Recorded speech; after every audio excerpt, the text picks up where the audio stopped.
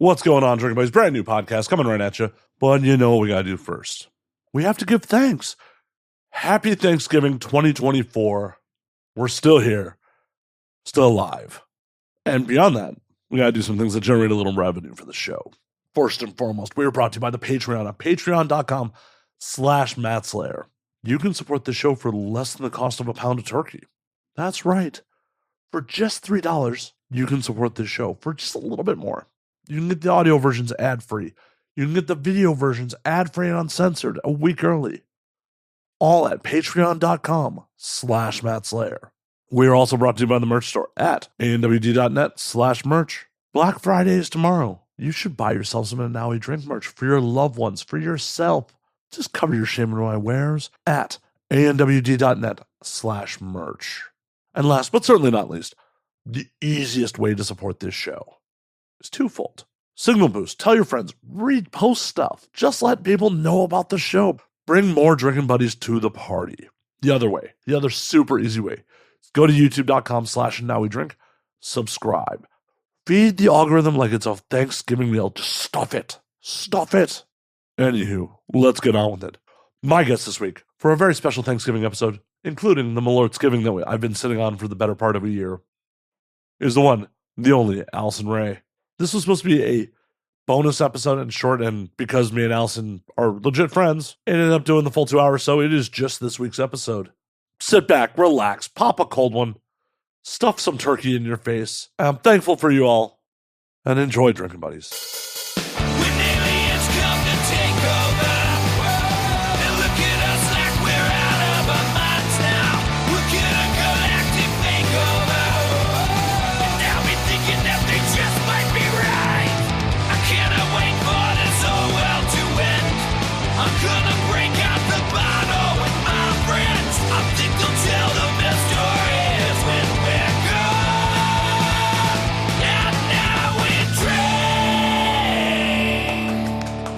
And we're now slated by round of applause.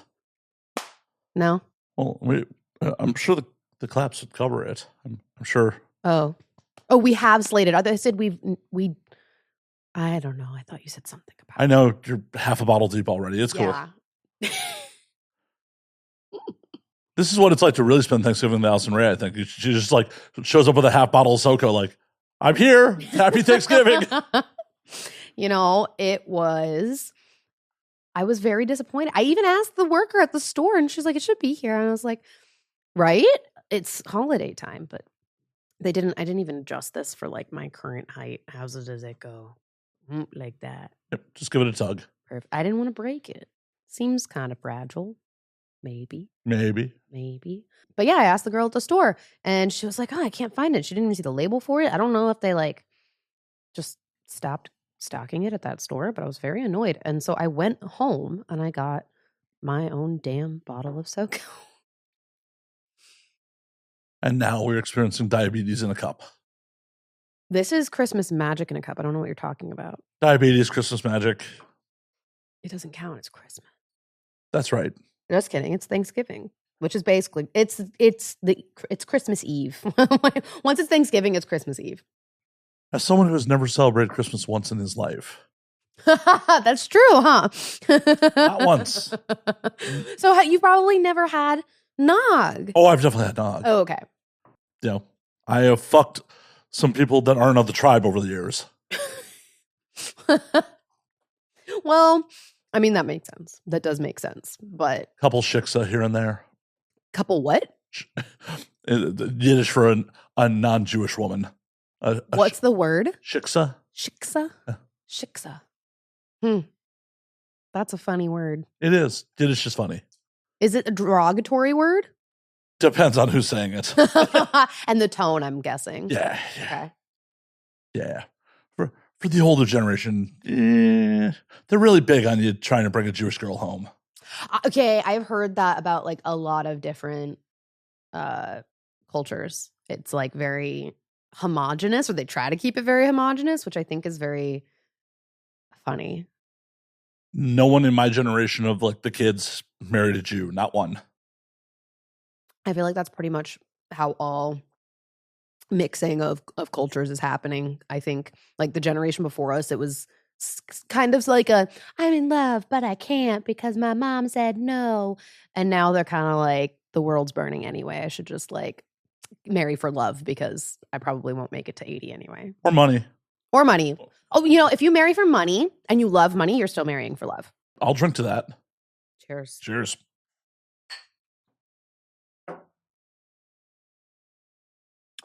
I don't remember who I heard say that. I think it was a TikToker, but I was very amused and it has not left my brain. I'm like, that's a very valid point. It is.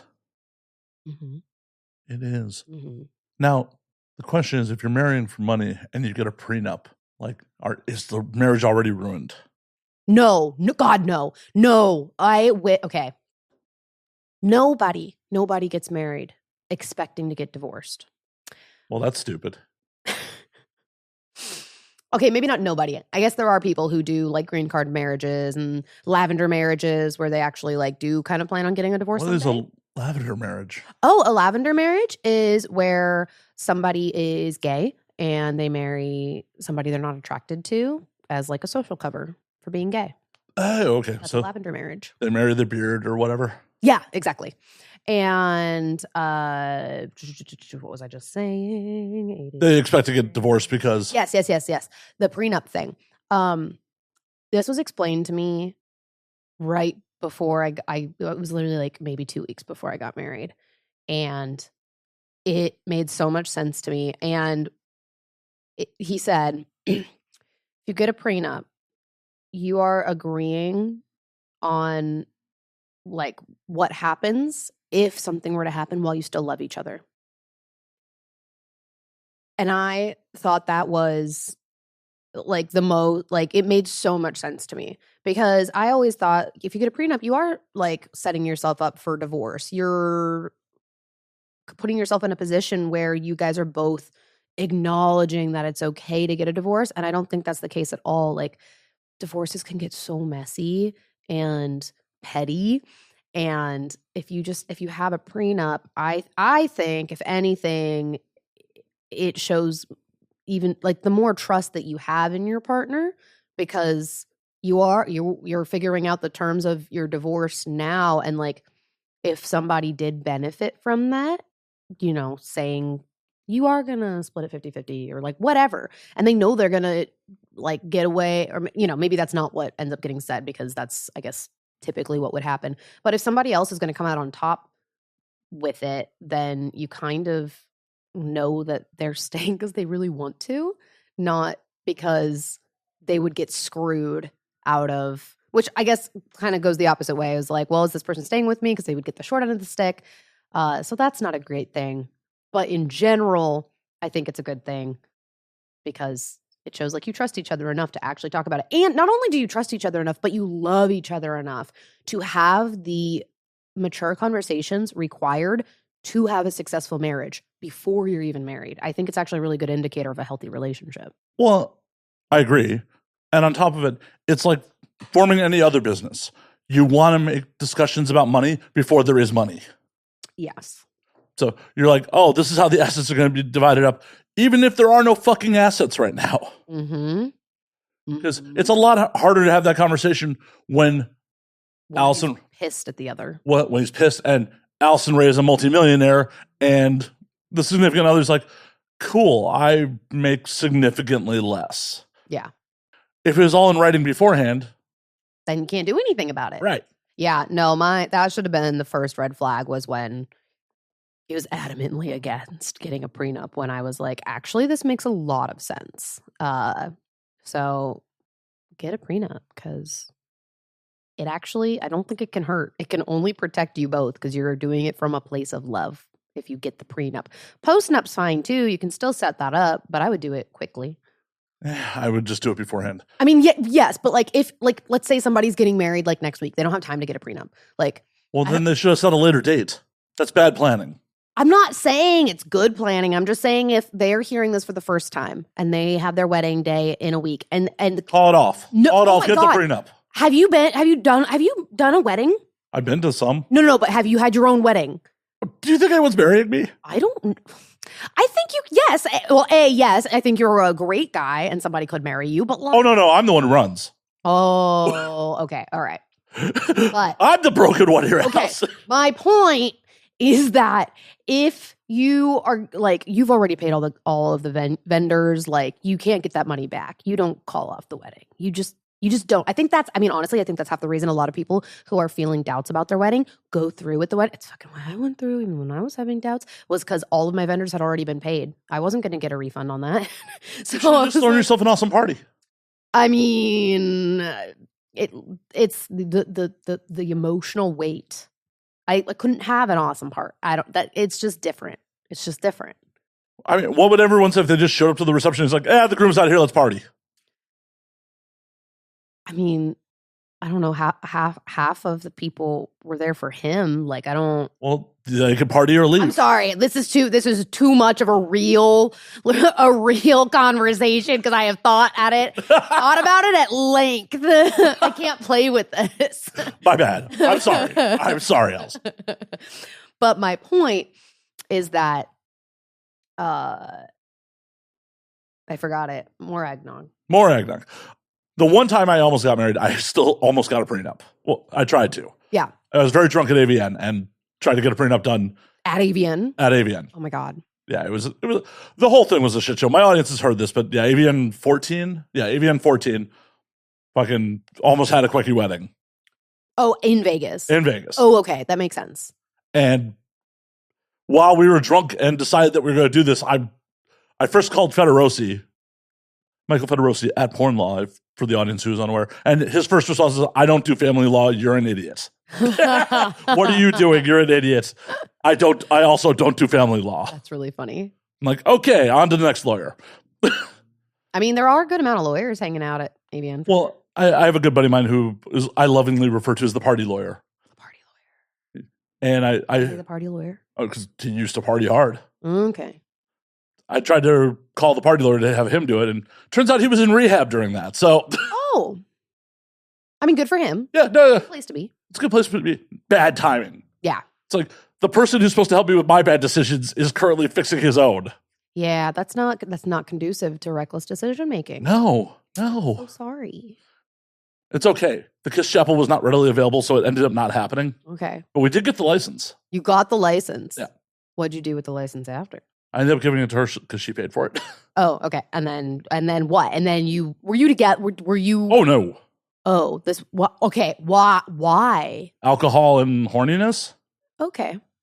Literally. Why not just fuck? I mean, that happened too. But she went, this is my first trip to Vegas. I should have a quickie wedding. What? Yeah. And you were like, I'll sign up. I said, fuck it, I'm in. I was trash. I was at your birthday party. That makes sense. Yeah. That makes sense. Yeah. So, and then we, fucked around all night and kind of sobered up in the morning and was like, okay, maybe this was a bad idea. Then we went to the Burning Angel brunch that had bottomless Bloody Marys. Ah. And announced in front of the whole brunch that we were doing this. Oh. What? Okay, now was this applause or was this side eye? There was a little bit of okay. A little bit of applause, a little bit of side eye. Joanna being like, you can get it in old, it'll be fine. Did she say that after or while y'all were announcing it? Oh, while we were announcing it. Amazing. Yeah. Everyone knew we were not together. Everyone knew that this had just was a weekend thing that just happened. We had literally hung out twice before this and had never fucked before that night. That's incredible. I'm glad you didn't go through with it. But also, I think you probably would have been fine because it wasn't like you guys were together and then doing it. Yeah, well, it would have. I almost made a reckless Vegas. Actually, that's funny. My ex-husband, that was who we almost did a reckless Vegas marriage with 2 months into our relationship. We didn't even get the license, but I think most people probably have an almost getting married in Vegas story. Probably. Anyone who's fun. Anyone who's fun, and more so than who has an actual getting married in Vegas story. Probably. I figured the next time around I'll probably go through with it. Why didn't you go through with it? Because chapel wasn't available. Oh, that's right. Why didn't you look for another chapel? Because we wanted the Kiss Chapel. Why? Because it'd be cool. Is it Kiss Chapel? Yeah. As in like the band? Yeah. Oh, I didn't know there was a chapel for them. There was in 2014. I don't know if there still is. Mm. Now I got to Google it. I was just going to say. It also has mini golf in it. It has Kiss mini golf in the Kiss Chapel. So you like get married and then you go play mini golf? Yeah. I really want to know like who's in charge of these chapels? Who had a lot of cocaine, was like, you know what would be a great idea? If we have a combo chapel mini golf course. Oh yeah, the Kiss Chapel is still there. Kiss World featuring Kiss Mini Golf and Kiss Chapel. I love that mini golf's listed first. That is really funny. So it's not just a chapel, it's Kiss World. Is there anything other than mini golf and a chapel there? The Kiss World Museum. Kiss World Museum. How bizarre. Oh, it's inside the goddamn Rio? I didn't even realize it was in the Rio. They're doing a lot of renovations there. I like the Rio. I could have been married in the Rio with a rad buffet. That would have been nice. No, not really, but... I mean, a rad buffet is better than no buffet. This is true. No. I don't regret... I regret not going to the buffet that day. I don't regret not marrying her. Oh, no, that's fair. That's totally fair. Totally fair. If her and I had just fucked and gorged ourselves on crab legs, it would have been fine. Right. But you didn't get married, so you're fine. Yeah. Do you guys still talk? Oh, yeah. She's married with a kid these days. Well out of the industry. That's cute. Yeah, no, it's super. You said she was married with kids. So does her husband know this story? Oh, do you know him? Have you met him? I've never met him. Oh, but you guys just talk. Yeah. Okay. Well, I didn't know how close of friends you were. She lives in Texas. Like, okay. That would have been the other horrible part about it is like she lived in Texas at the time too. Oh, that's funny. Yeah. And also was there any like thought into what would happen after the wedding? No. No. It was a weird, very weird drunken like moment. Like, cause shortly after fucking, she got a little self-conscious, like, I can't have kids. I'm like,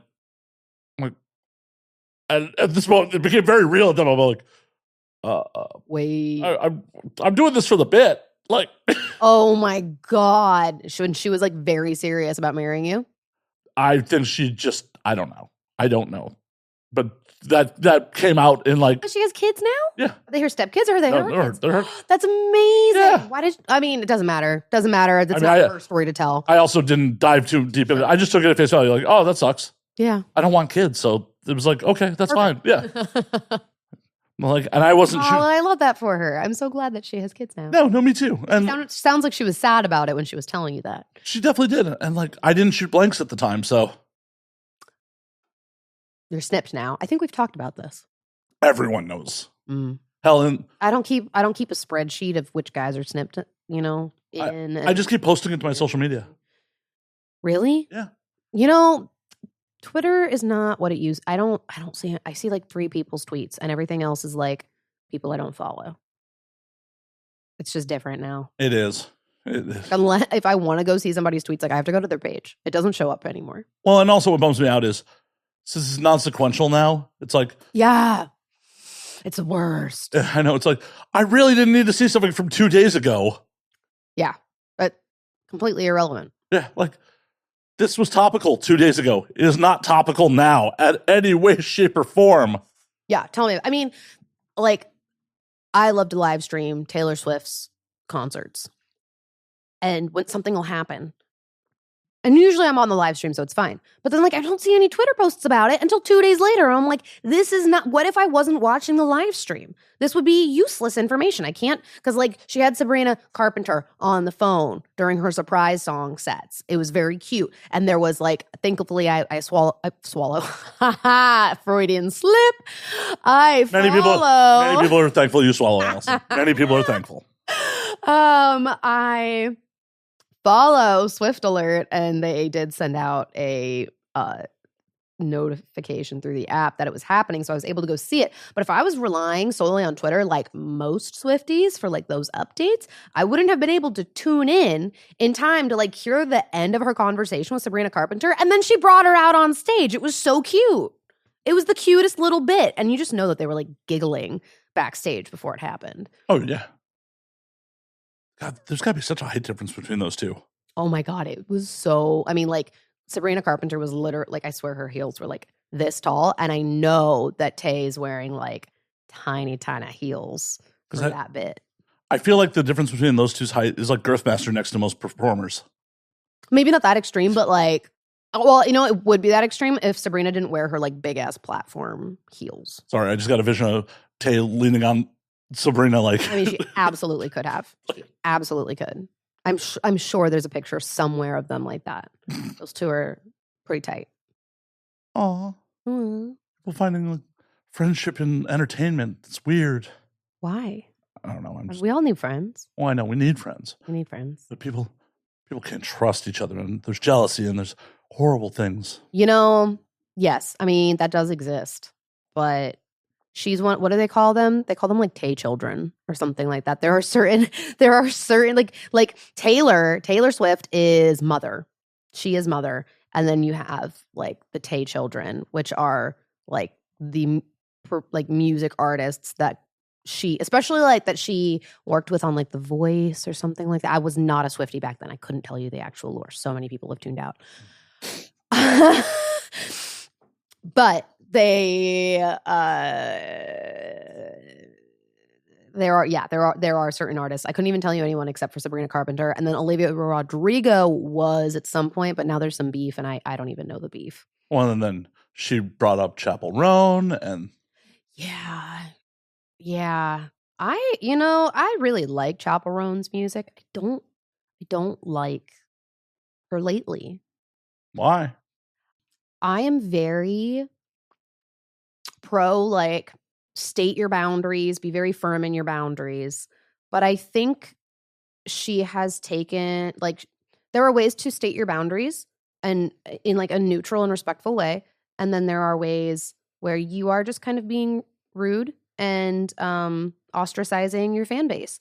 And I think somebody who deals with stating their boundaries in that manner is probably not cut out to be a public figure, especially one as big as she is for as short as her career has been. Because, like, you know, like, I mean, so many people would kill to be in her position. And it kind of just like, you know, it chooses you. And you don't really, if you're somebody that's like looking to make music like that, like, you have to be very talented and very lucky. It has to be both. And not only talented and lucky, but like a hard worker. And she has all that. And there are so many other people who have all that just don't hit that stride the way she has. And it sucks to see, you know, somebody being made famous who like clearly doesn't want to be famous when there's so many other people whose like dream that is. And it's just kind of unfortunate to like see. Well, you can be private. You can totally be private without being rude to your fans. I've talked about this plenty of times. Like, I don't think people really understand fame. No. Like, a lot of people that are like, oh, I want to be famous, they don't really understand it. And no, I'm sure in some of these cases, like, I want to be famous. And then when you're actually famous, like, oh, fuck, I did not really consider this. Sure. Absolutely. But you could say that about any profession, really. But then what you do is you leave the profession. Yeah, but what if you're still passionate about the art, but not everything that comes with it? Then don't be a stage performer. Be somebody. If you're passionate about the art, you can be a lyricist. You can do vocals. You don't have to be putting on shows like live in person. Like, you can still have a career doing backup you know, if you want to do vocals. But like, what she does as an artist is be in the limelight. Like, it's not that you have to not do that job, but you need to pivot if you are that uncomfortable with fame. Yeah, perhaps, but that's got to be rough, especially if you have a team around you like who's just still pushing you. Sure, and she's young. She's really young, so I'm sure that, well, and not only like you have a team that's like pushing you, but I'm sure there's contracts in place and things like that where she is like really obligated to do it. But again, it goes back to the way you treat people and you state your boundaries, you know? It just, I don't know, it comes off as needs therapy, you know? I don't know. It's hard to watch. I understand why people like it because they're like, she's like, she's like bratty and like a fun, like I get it. And I hope it's actually more of a persona than who she is. But you constantly hear about people meeting their idol. Not that she's my idol, but like for people who she is their idol, you hear that all the time where they're not the way that I expected them to be in person, and it was a real letdown. And if there are people, especially, let's fast forward 10 years, maybe she's still performing, right? You've got a lot, like, apparently there's a lot of like Chapel Roan, like toddlers that just love her. You fast forward 10 years and these are teenagers who are finally able to go to concerts, and they go to a Chapel Roan concert and they maybe get to go do a meet and greet behind, backstage or whatever. And Chapel's not chill about, if you literally grew up on this artist like that, I don't know, it's just like devastating for somebody young like that, especially because she had I think what bothers me so much about it is that she is like the first openly lesbian, queer, and just very authentically herself artist to come on the scene lately. And she has so much power. She has so much power to actually like instill change in people and open dialogues that really need to be had in the mainstream space by somebody who's living that experience. And because of the way she conducts herself with, I just feel like she's not using that power well. And it's disappointing. It's disappointing to watch. Well, hopefully she can course correct. Yeah. Well, hopefully she gets somebody, whether it be her publicist or manager, somebody that gets her into some therapy or just helps her kind of and then maybe that'll just happen once her frontal lobe how old is she? I don't even know how old she is. 24, I think. Okay, so she's almost there. Her frontal lobe is almost fully developed. Oh shit, she's 26. Is she? Okay, that makes it worse. I can really excuse it if although I don't know, she does seem a little neurospicy to me, and that it is a common thing for neurospicy frontal lobes to develop at like 30 and 35. So I don't know if she's come out and said that she has any neurodivergence, but I'll excuse it a little bit longer. Is anyone truly neurotypical these days? Anyone?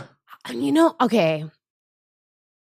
I think there are people who believe so. What's the whatever, I can't think of the word, but they're so sure that they are neurotypical that I think our brains have a feedback loop.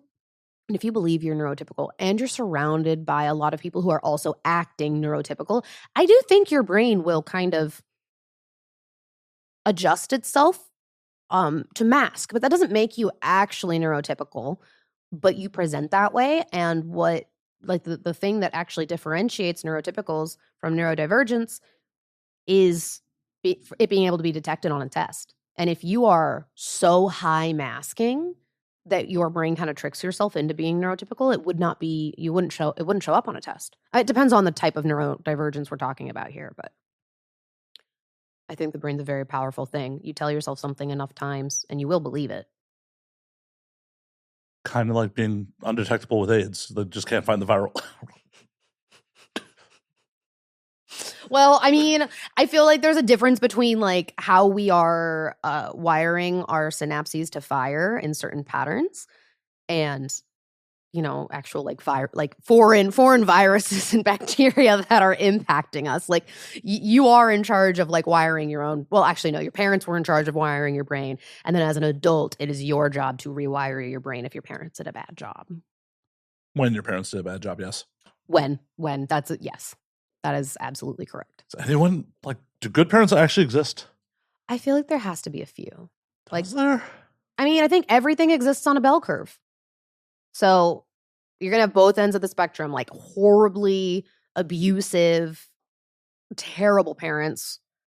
And then you're going to have everybody that's kind of in the middle where there's a lot of support and there's some like mild abuse that happens. And that's where like the majority of humans are. And then you're going to go down the bell curve and you're going to go all the way to that extreme. We're talking about like, past 3 standard deviations. And you're dealing with what? I think that's like the top 0.03% is like what what they usually say for like above 3 standard deviations. And those are going to be the good parents. But they're going to be so rare that it feels like they don't exist. Yeah, because I definitely feel like almost everyone I know is on the bottom end of that bell curve. You think? Yeah. No. Towards it. Maybe not like full on physically abusive, but I feel like. I would say probably, literally statistically, most people are going to fall within 1 standard deviation. They're not going to be near the bottom of the bell curve. Mm-hmm. I mean, I don't know who you're hanging out with, but knowing that you are a good person, and then we generally like do assimilate to the crowds that we, hang out with. I feel very strongly that most people are within 1 standard deviation of good parents. Well, I feel like a lot of my peers ended up all right out of spite more than their parents actually being good at the job. I'm a, elder millennial, like almost Gen Xer. Okay, hold up. I think we were talking about 2 different things. You were talking about, okay, also, yes, we are from different generations. Yep. That actually makes more sense. Well, because a lot of my peers growing up, like we were all latchkey kids. We were, in a lot of cases, effectively raising ourselves. Mm-hmm. So I've never heard the term latchkey kids. Like you let yourself in and out of the house. Ah, okay. That's so wild. Oh yeah, no, like from a certain age on, I got myself to and from school every day. Okay, but like define, did you ride your bike? Did you walk? Did you? It depends on which apartment we were living in over the course of like my teenage years. Mm-hmm. From one apartment was a bus because that's how far school was. Mm-hmm. Other apartments was bike ride, and then like the last place I lived with my parents like was walking. Yeah. Yeah, I mean, most of my school, I definitely took a bus, and I think my parents probably stopped walking us to the bus stop after like maybe 1st grade. Well, and I'm talking like public transit bus, not like school. Oh, that's different. Yeah. That's so different. Like I had a pocket full of CTA tokens. CTA. Chicago Transit Authority. Like, got it. So back in the day, they gave you physical tokens to pay for bus fare before there were fare cards. So it was just like, fucking find the fucking token. Wow. Yeah, I'm old. Wow. That's wild thinking. I mean, and how long was that bus ride to school? How many stops, like how many times did you have to like get off and then get on another bus to get to school? Was it like a direct route to school? It was like one bus that got me close enough that I could walk it. Okay. Which in Chicago winter sucks sometimes. Wow. With my father raised me. My mom lived in the city, and like I spent time with her, but it was mostly my father raising me. Mm-hmm. And he worked 2 jobs to make sure that we were in a decent neighborhood. There was always food on the table. He was a decent enough provider. He was a miserable cunt. Absolutely a miserable cunt about it. Mm-hmm. He was of the generation of like, oh, I'm being a good parent because I'm being a good provider. Yep. I was raised by one of those. Yeah. So it's like, oh, no, you are not doing the rest of the job very well. Yeah. Yeah, there's a lot more to it. It's, I actually had a conversation with my mom a few months ago about that because I had tried sharing with her like 2 years ago before I was able to communicate it in such a way that didn't like trigger her defensiveness. I tried to communicate how them sending me to therapy as a child made me feel like there was something wrong with me. It felt like they sent me away to go get fixed because there was something wrong with me. And I tried to kind of share that with her because I just wanted to like connect on it. I wanted to share that feeling, and like they could not hear it. She was, was like, well, that makes me feel like you're saying I was a bad parent. I'm like, this isn't about your feelings. Like, this is literally about mine right now. Right. But she couldn't hear it. And a few months ago, we had the same conversation, and it wasn't me trying to be like, hey mom, this thing happened and it made me feel this way. We were actually having a conversation about I think her friend. It was about her friend, and then her friend's daughter is in therapy, and how they have conversations about like this, my entire generation is in therapy and they're wondering where they went wrong, what they did wrong. And I was like, yeah, like it makes sense that you would feel like it was your fault or something. But when you think about like every generation before, they're working with the information they got from their parents. And if you think back, like, I mean, shit, it was like what I'm not a history buff, but I know the Great Depression was what, like the 1920s, 30s. Okay. 32? Around there. Okay. So like my mom's grandmother, probably born or like being raised in the middle of the Great Depression, like they were in survival mode. And then they have kids, and then their entire ideology is just keep food on the table. You need to work really hard on the farm or whatever. Well, and even before the Depression, depending on your familial background, they may have been poor immigrants that had recently emigrated to the States in the first place. Exactly. So it's like, oh, hey, we just left some impoverished fucking country for a new life. Maybe got it like started to have some upward mobility, and then the fucking rug got pulled. Mm-hmm. And they had no support system because they moved away from their families, and they're like out here doing it on their own. Maybe they had, they were in communities where there weren't people who spoke a lot of the same languages, didn't have the same, cultural background to actually find community with.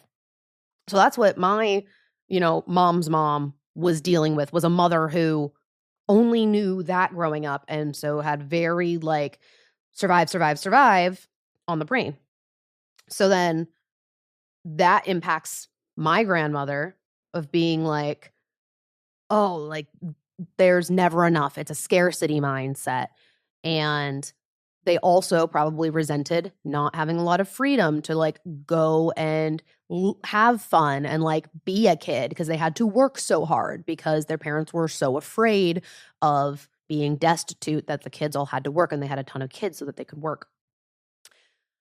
So that's, when my grandmother had my mom, that's what she's operating from. So it's like, okay, I'm going to let my kid run amok because they can be a kid, because we are actually okay. We are no longer in the Great Depression and we're fine. And she can go and like be a kid, which then turned into zero supervision. And then my mom grew up, and then she felt like, oh, I had way too much freedom. We need to like be watching these kids like hawks. And then you have helicopter parents. So it's nothing to do with like, it's their fault. It's that the way they were raised. And then like, us and our parents, it just like the generation before them was just going through some shit. And it's been consistently getting better, which is good, but it is hard to say like there are good parents, because when you are in survival mode, you have no space to actually like have empathy and hold emotional space for other people. And we are just now getting to a point where the world, the economy, our living situation is pretty fucking cushy. No matter where you are, like compared, like historically is what we're talking about. I'm not like, there's a lot of people that are underhoused, that are in poverty, but historically we are in a really good place as human beings, as animals. Well, as Americans, there are definitely some places in the world. Yes, absolutely. There are some places in the world like 100%. I am speaking from a very privileged place, obviously, and it's hard. It's so hard. I mean, it's hard for our brains to think about the sheer scope of the actual world at all times. Well, and that's part of the reason I feel like traveling abroad is fucking important, especially for Americans. Mm-hmm. Just so you can see how other people live. Like even going to the difference of like going to South America and going to Colombia, it's just like, oh, I went to Bogota and like this is their capital city. There is still like some real disparities between rich and poor, and it's really palpable. And it's just like, oh, yeah, okay. That's a thing. I want more nog. Garçon. Am I allowed to have more nog? Give the lady her nog. Like some nog for the This is a bad timing to make like a Lisa. Can you spare some nog? And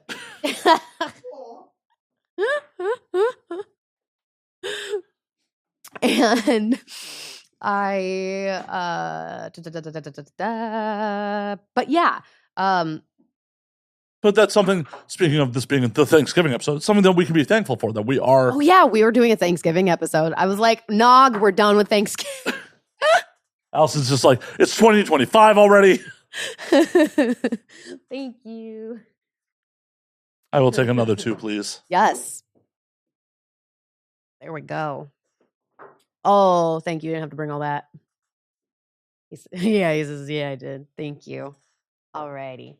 We're going to make some nod. Do.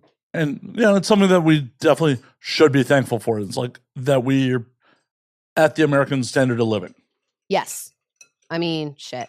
When I think about, wait, does this have water? It probably melted a little. No, I think Garcon took care of it. Oh, okay. Maybe. I can't tell. A little water won't kill us. No. I mean, we're made of mostly of it, so. It needs to be cold. Boop. We're mostly made of water. It shouldn't kill us. Right. I've been led to believe I'm not a scientist. Not a scientist. I honestly feel, as I said, more Americans need to leave America and like see the world and not see it from fucking resorts. Yeah.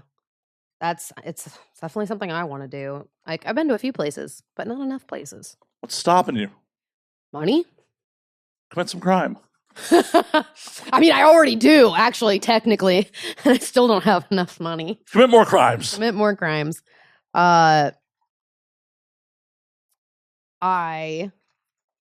Money, and then here's the other thing too. It's not just money. It's the fact that I live in LA, and it pains me because, like, if I'm going to go travel abroad, right, it's got to be at least 10 days, 2 weeks. Yeah, for sure. It's going to cost me literally like twice the cost of just my plane ticket to let my apartment sit here unused for those 2 weeks. It's painful. Yeah, but if you're doing it right, you write it off the whole trip as content. Here's the thing. I understand that thought. But I learned some time ago that if I shoot content on every trip I take, I am never going to take a vacation. Oh, I'm just saying tell the IRS that. I'm not saying you actually.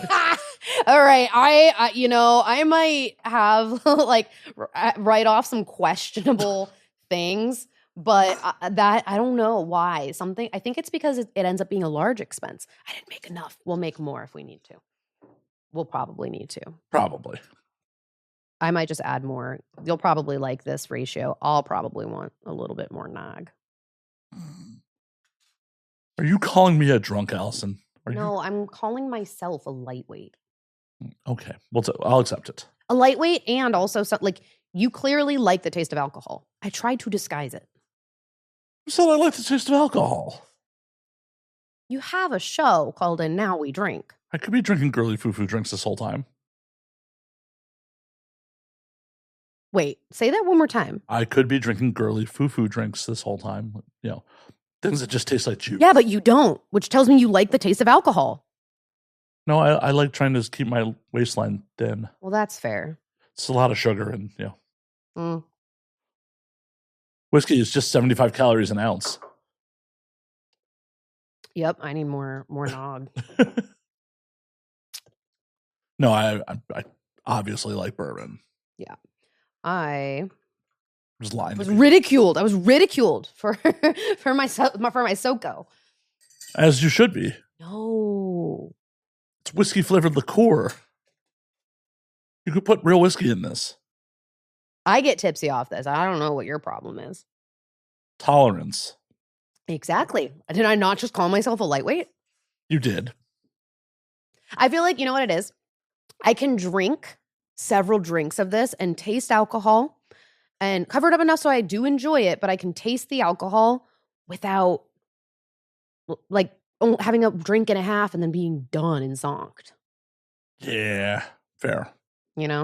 Also, now that I'm like, I've recently lost about 10 pounds and I'm like, wow, I didn't realize like how much even that little bit it'll hit me that much harder. And I'm not even sure if it's like the weight necessarily.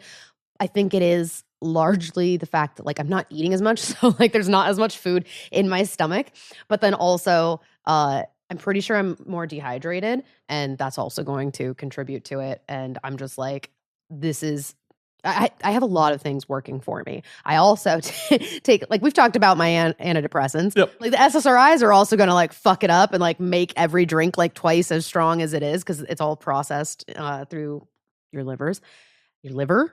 You have one. You have two kidneys. I have two livers. Do you have two livers? Wait, is that a thing? Does everyone have two livers? No, just I know. Okay, in my defense, I never took human anatomy. Never. The second one I stole, but it's not actually inside me. But I have it. Oh, you have it. Where do you store it? Cooler. It's actually in the freezer right now. You just and for a rainy day? Yeah, thaw it out when I need to. When the doctor eventually is like, the one you got in, you's got to go. Which is hot swap. I'm sure you could buy a liver off the black. Can you? Yeah, liver failure is a thing. Yes. Do people have liver transplants? Yes. Okay. Interesting. I've always all right. You've heard about the like organ donor conspiracy nonsense, right? No. Oh yeah. Like they say, well, I really should probably remove my organ donor from my people say you should really do that, like remove it from your license because there have been things happening where, somebody will be like in a car accident or whatever, and they will like they're not pronounced dead at the scene, but they're like dead before the family could get there really.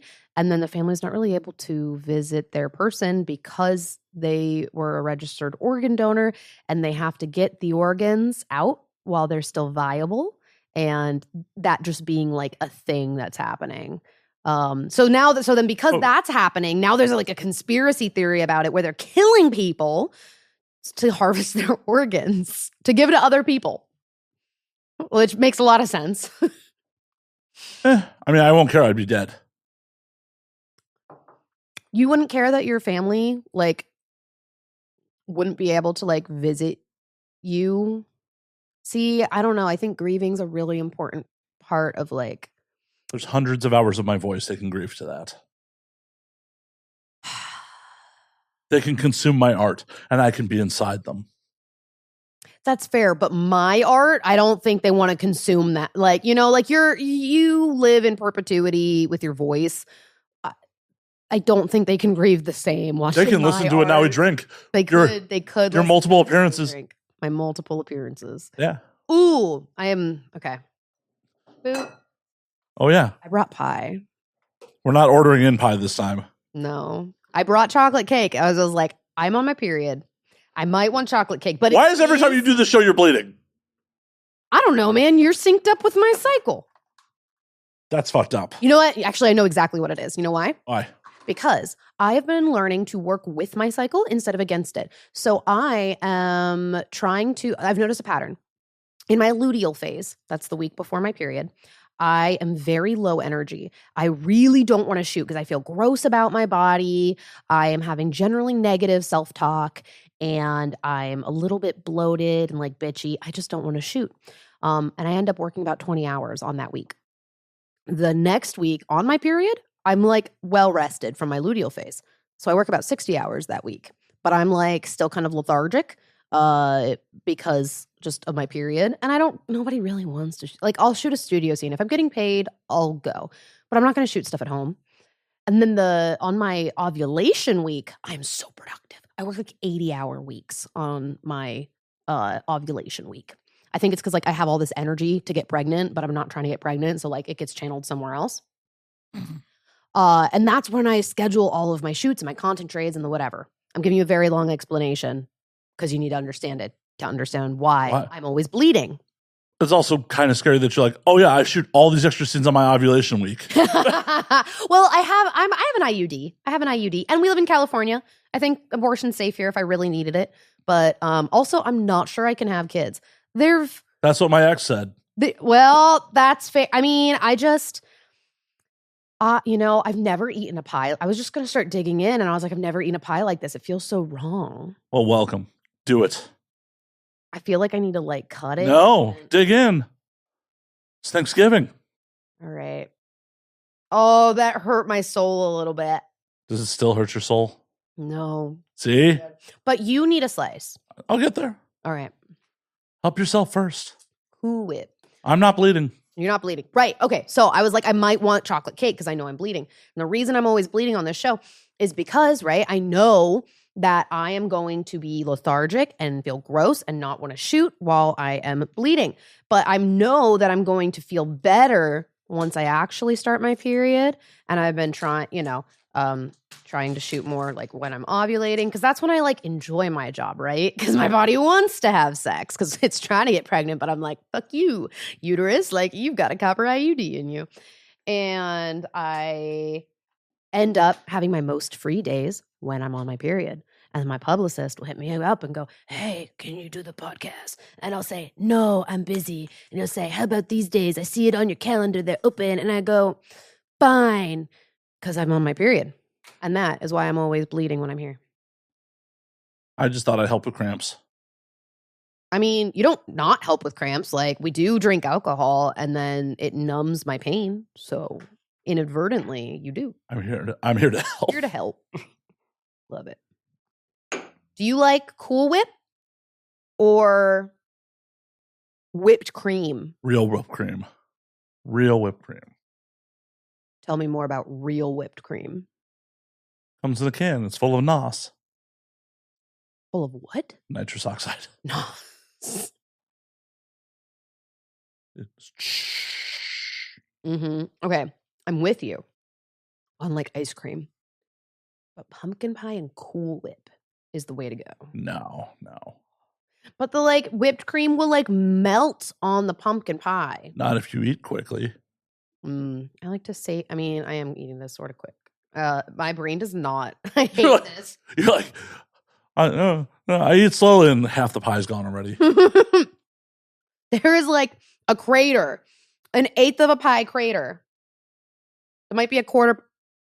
If you count, it's not all the way to the bottom. I didn't get any crust yet. That's like, now it's 1/16 of a pie. Girl math. You haven't bottomed out on the pie. I got it. You haven't bruised its cervix yet. I'm currently doing that because the crust is pretty good. Specifically the bottom crust of pie. Not the outer crust.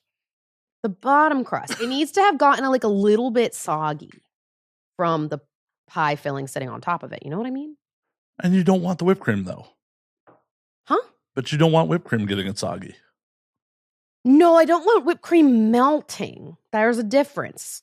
It's about the texture. Okay. I will take your word for it, Alison. Neurodivergence. You gotta, surround yourself with more neurotypical so you can lie to yourself. Nah, that's the thing. Here, all right. So people who think they don't need therapy, think they're very normal. Everyone needs therapy. Everyone needs therapy. But people that think they're really normal, who are actually neurodivergents around a lot of neurotypicals, yes, they can act like that's the whole thing. You've convinced yourself that you're neurotypical, but you're probably have crippling anxiety and you don't know why. And it's because you're surrounded by people that are not your people. As soon as I figured that out, and it was really hard to do, I'm still doing it, but just letting go of people who do not understand you and then surrounding yourself with people who are more like you, in my case, more neurodivergence, you become a lot happier and a lot less anxious because people finally get you. Finding your tribe is like a weird thing. I feel like I'm saying nothing new to anybody above the age of 35, but this has been an epiphany for me the past 2 years. Well, and also finding your tribe in LA is especially difficult. Mm-hmm. As one of my friends said when I first moved to town, it's like, it takes 5 years to find your tribe. At least. Well, and the pandemic fucked all that up because a lot of my tribe bailed town. Yeah. Yeah. And you know what's funny? The pandemic hit at my 4-year mark in LA. So yeah, totally fucked up me finding my tribe. And then I was engaged and planning a wedding and moved far away from LA proper. and just was just fucking busy. And it wasn't until I moved back that and that was only a year and a half ago, that I'm finding my tribe. It's like, there was this 3-year lull of pandemic plus extra. And now I'm in my 5-year, found my tribe, which is funny. Yeah. Well, and that's just the nature of LA, is because everyone's out doing shit. They're working on their projects. It's not like, when you're younger and in a different city, it's just like, oh no, we just got time to fuck around and do shit together because you do your 9 to 5 and then you're done, and then you right. have the whole weekend to hang around and fuck around. Yeah, everybody's doing shit here. Yeah. Yeah, the second you clock out, you don't have to give a fuck anymore. Yeah. Sometimes I think that would be really nice. But then I think about the fact that somebody else would be telling me what to do all the time.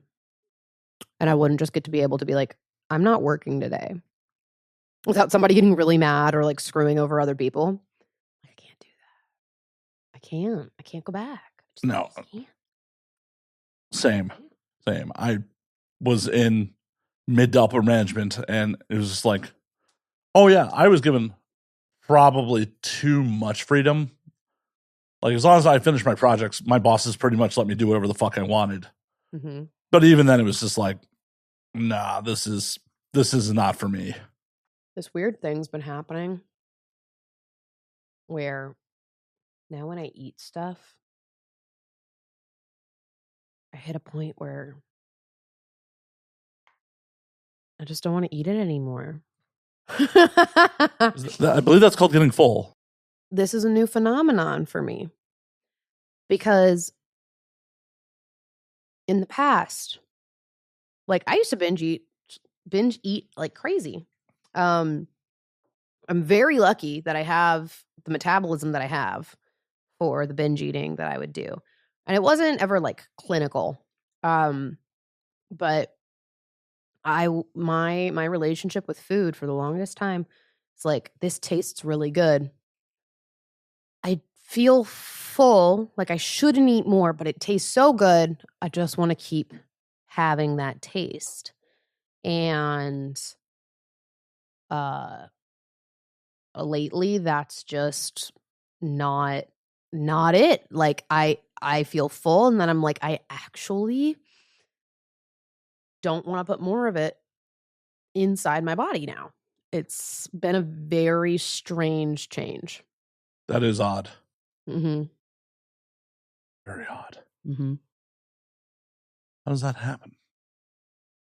Mounjaro. I'm not kidding.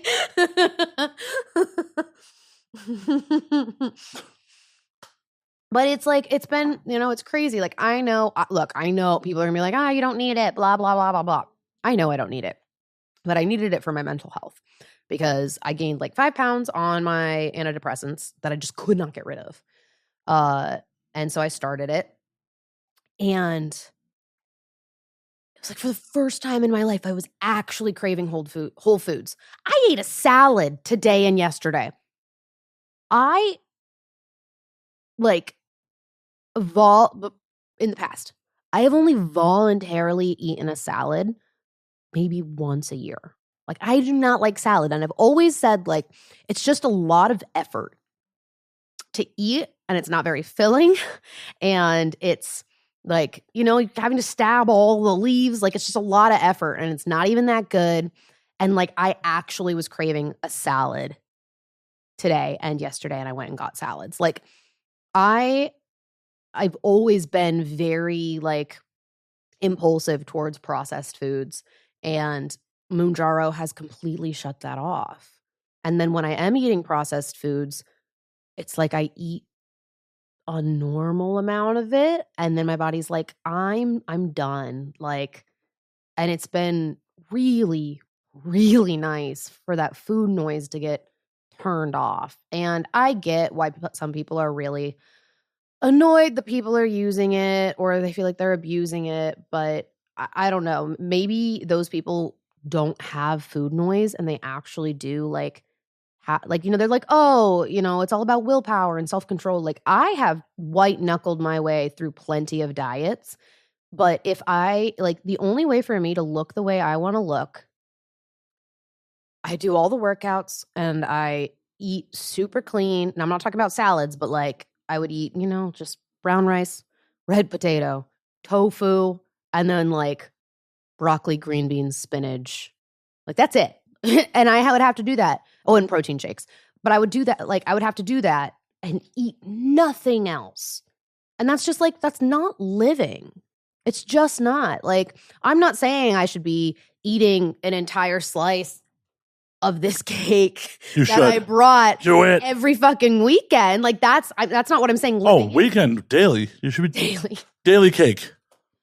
But like, I should be able to go to a friend's birthday and have a couple drinks and have a little slice of cake without it like impacting my mental health. But it did, because it, and a lot of it is because of what I do for work. I think I would not care nearly this much if I didn't have to be naked on camera all the time. This is why you should just embrace the daily cake. It'll just be good for you. Like, oh, this is my straight reward, just daily cake. No, I mean, I did that for a long time. I did it for a long time. And it, as much as I would try to just like accept that this is what my body wants and trying to reward, like, I think there's also there is a difference between being a man and a woman. There is a lot of messaging about our worth being in our looks, and I literally have a job where I get money, worth, and value from the way I look online. Well, and I think that is 100% true, but I also think that's a societal thing that's changing. Is men's looks are fucking being. How many women are out there just like, oh, he's got to be X tall, fucking. Oh God, I'm not saying that men don't deal with it. Please. Oh no, I know you weren't saying that, but it's. I feel like in my generation, it was much more socially acceptable to just be like, I'm a dude, whatevs. And yeah, and society is more shifting to like, oh no, dude's got to have an aesthetic too. I think that has a lot to do with just the general, like, for lack of a better terminology, just feminism. I think because women have gained a lot more independence, we have a lot more rights now. Women can buy houses, women can have credit cards. There's a lot of things we are able to do now that we couldn't do 50 years ago. And because of that, women being able to be financially independent, we are more free than ever to actually talk about our opinions about stuff. Because I think in the past, women didn't speak up about those things because they just needed to find a man to take care of them. It didn't really matter what that man looked like, as long as he was like kind of nice to you and took care of you. And even then, a lot of, our mothers and grandmothers, were abused in those marriages. And now women don't have to put up with that because they don't rely on a man to support being alive. And at least in America. And now, because women have the freedom to choose their partners more so than ever before, now, and it contributes to what, people are calling like the male loneliness epidemic, is that because women have this freedom to choose, they are choosing partners who are both more emotionally intelligent and more aesthetically pleasing to look at. Or they're not necessarily choosing, but they are being more verbal that is what they are desiring because they have the freedom to choose. For sure. And also, I think that the apps have also fucked that up a bit because it gives people the illusion of a lot more options than they actually have. Absolutely. 100%. But also, dudes, just fucking get out there. Like, the male lonely, it's like, dudes, really? Okay, and part of it is I think a lot of it is so everybody's living their lives online now, and I saw maybe you, I feel like we might have talked about it last time for some reason. Did you see I don't know if I'll call it a case study? He did a self-case study with different apps where he had profiles and he was swiping on like every girl, and he counted how many girls he swiped on. And then he counted how many matches he got across different platforms. And then how many messages actually happened, how many messages happened beyond the first message, how many actually turned into a first date. And like the number was microscopic. Oh, for sure. Like in order to get a by the odds of what this guy did, to get a first date, you would need to swipe like 10,000 times. You would need to swipe on 10,000 girls to get one first date. Right. And that first date may suck. Which is insane. Yeah. And you're just so much more likely. Like, I understand why people think like you're not going to meet people if you like go out to a bar or whatever, but like go to a meetup. Go hiking with, if you like hiking, go find a group that's going to go hiking and just do that consistently. Like if just getting, and then also, you know what? That's the other thing too.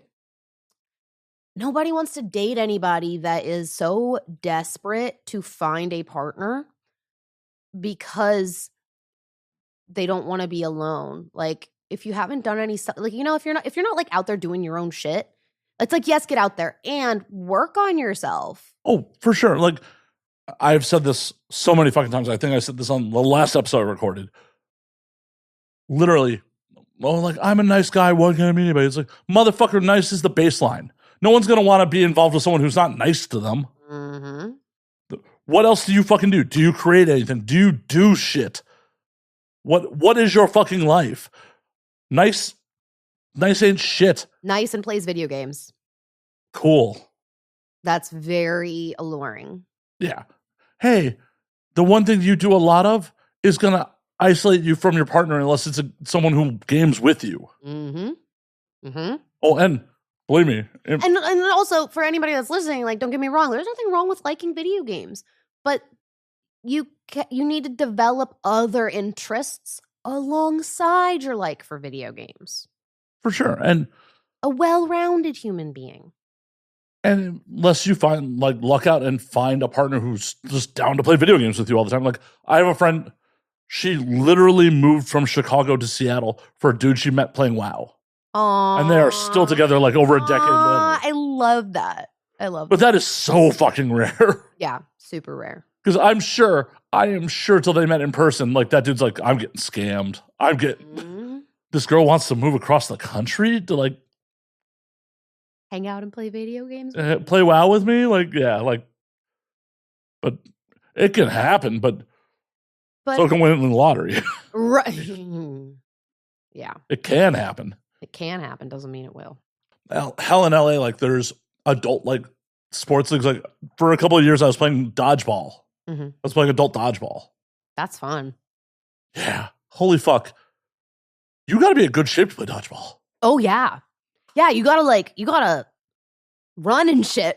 Well, you gotta run and like fucking dodge. Yeah, it's throw some shit. Yeah, you gotta have like good, like fast reflex. It's not even just about being like in shape and fast, but like the reflexes have to be there too.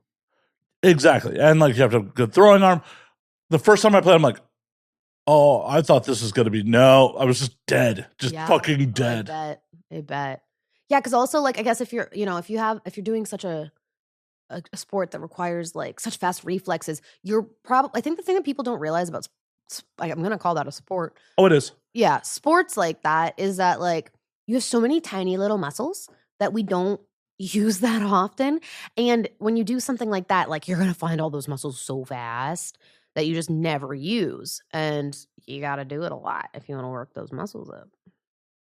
Yeah, it was a great way to meet people too. Shit. Mm-hmm. Oh, I'm sure. And I'm sure it was a blast. Yeah, like almost everyone who played was like people in entertainment and shit like that. Like, working in mainstream studio jobs and shit like that. I was like, oh, cool. Yeah. Yeah. I should get back into that, but the time. Yeah, I have to schedule time in my calendar to like go do social things on Meetup.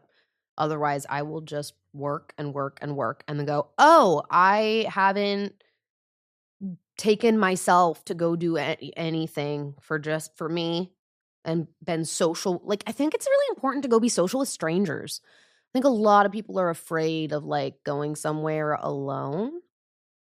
But I think learning to enjoy your own company is really important for finding a partner. Because if you require somebody else's presence in order to be content, that's kind of called codependency. And that kind of ends up in like an unhealthy space for relationships. If you can be okay being by yourself, then you guys can have alone time together. That's going to set you up for a lot more longevity than constantly relying on your partner to go do everything with you. Yeah, see, I've never been that guy. Like, I've taken international trips by myself. Like, That's wild. I mean, congrats on being a man. I know some women do it, but like, I cannot even fathom. Yeah, I've done multiple international trips by myself. And even trips where I went with groups, like when me and my buddies went to Amsterdam and went to Germany. After they went back to the States, I bounced to Finland for 3 days by myself. And then back to Amsterdam for a day. Huh. I've been to Japan by myself. I've been to... That's even crazier. Because, like, you know, you can fuck around in Europe and, like, be fine. But, like, Tokyo's much safer than anywhere in Europe. I'm not talking about safety. I'm talking about the ability to communicate. I feel like because, like, the letters are the same in Europe, you know, generally speaking. Depends on where you are. That does depend. Yes, I mean for sure. I guess I'm thinking like I've been learning Italian and like I know a little bit of French. I know a little bit of Spanish. So like that. Like, well, the Romance languages, yeah. Yeah, exactly. So I'm like, as long as you're like on that side of Europe, like you can get around. Look at Finnish. Finnish is just like because I try to learn a couple phrases in every language of wherever I go. Just, you know, because I always find it breaks the ice when it's just like if I can say hello in your language and a couple phrases. Mm-hmm. I looked at Finnish and I was just like, nope, my brain does not compute. I want to look at. Oh yeah, no, it's brain does not compute Finnish. Even hitting the button, like having Google say the word, it's just like, nope, my mouth does not make those mouth noises. Finnish. One whiskey?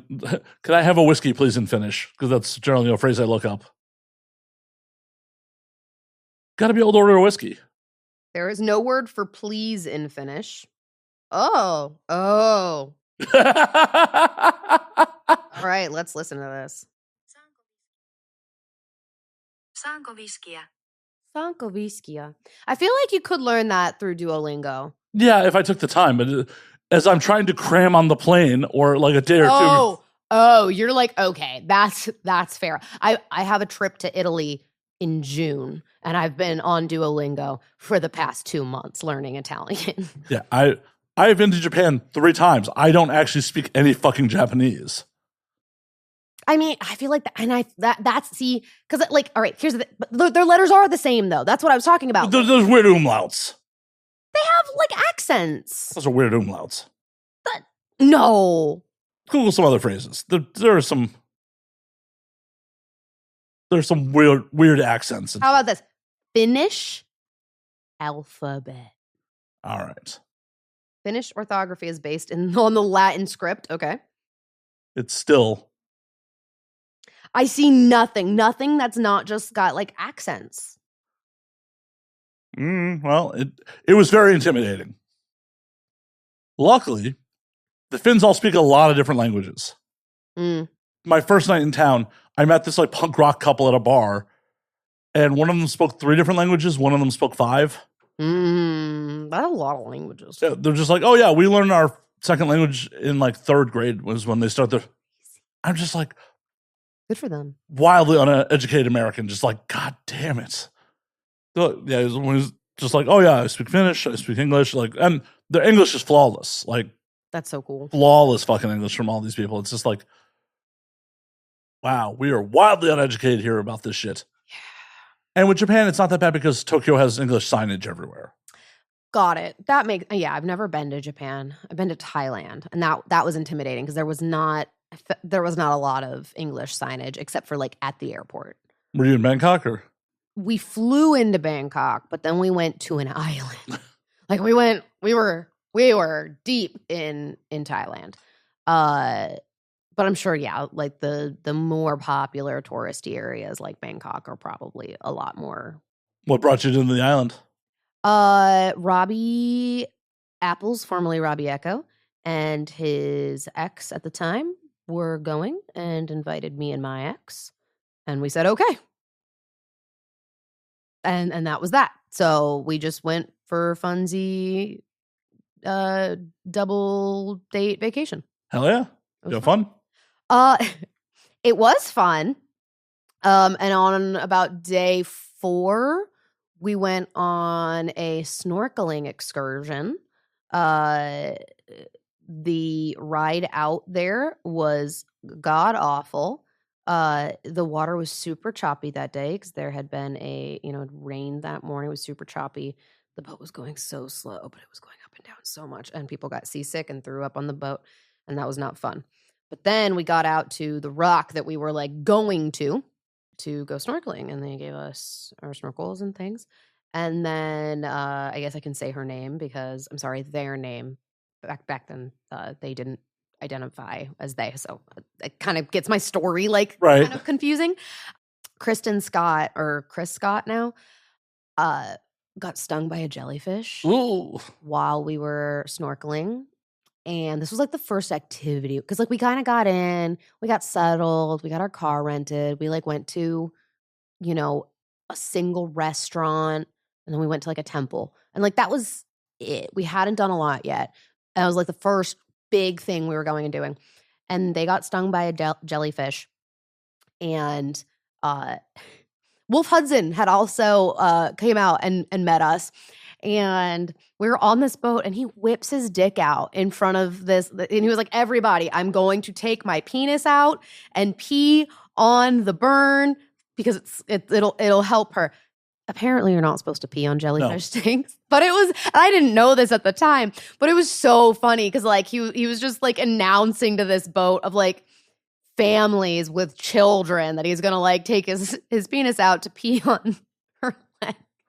The locals are probably like, what the fuck is this guy doing? I don't think there were any locals. I think it was all tourists, and pretty much everyone was like, oh, okay.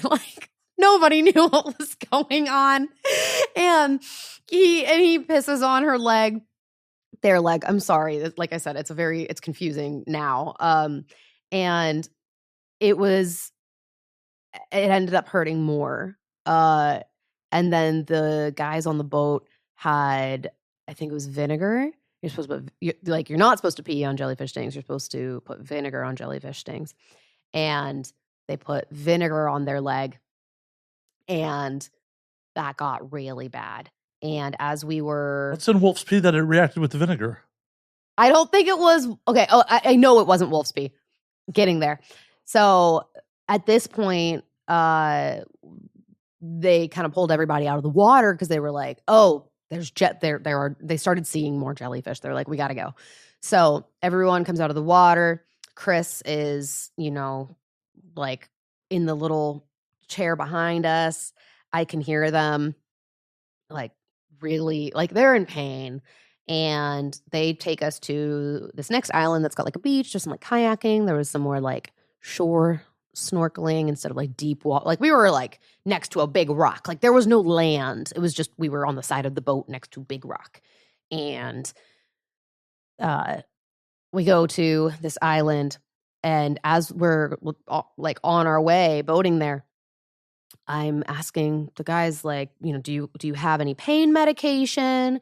And they were like, no, but there's a pharmacy at where we're going. And I was like, okay. And so we're trying to keep Chris calm. They're in a lot of pain, clearly. And we get off the boat and immediately go to this medical tent. Now, when I say medical tent and pharmacy, this was a hut.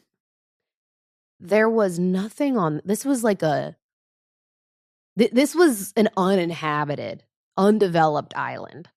Just in the middle of Thailand, our poor friend has just been stung by a jellyfish and is in this hut.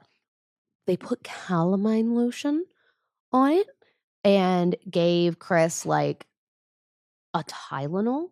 And we also I just jumped into mom mode, and I'm delegating all right, you're gonna go talk to people on this side, literally just trying to find anybody that might have anything stronger. It's vacation. People might have a little something to. Don't do that in Asia. Don't. Well, we had no choice. Oh, I know. But no, I'm just saying, don't bring something to Asia. Oh. Yeah. Don't bring something. But we just needed to help our friend because they had literally nothing. And then I'm talking to the guys on the boat. I'm like, you need to bring us back to the mainland, like now, or not the mainland, but like where we came from. Right. And because at this point, Chris is like screaming in pain. Another boat came and dropped off a bunch of passengers, and Chris is just screaming, and people are coming over to see what's going on. Like, this is like an open air hut. Like, people can see through the slats that like Chris is like on their little medical bed thing, and nothing is happening. And the jellyfish thing too. This was a big jellyfish. The jellyfish literally started on her leg. It had wrapped around their leg, and then up around the side all the way across their ribs. Ooh. Like, they were tangled in this jellyfish. It was just getting redder and redder. They were screaming. Jesus, Wolf really had to go if you could cover that whole thing. It was quite a sight. And I was getting so pissed because these boat guys were like they're like, oh, it's just a jellyfish sting. It's fine. And I was like, they're clearly not fine. Like, you need to bring us back now. And they were like, okay, we'll call whoever. And then they take forever. And at this point, we have asked every single person on this island if anybody has anything. Nobody has given up anything.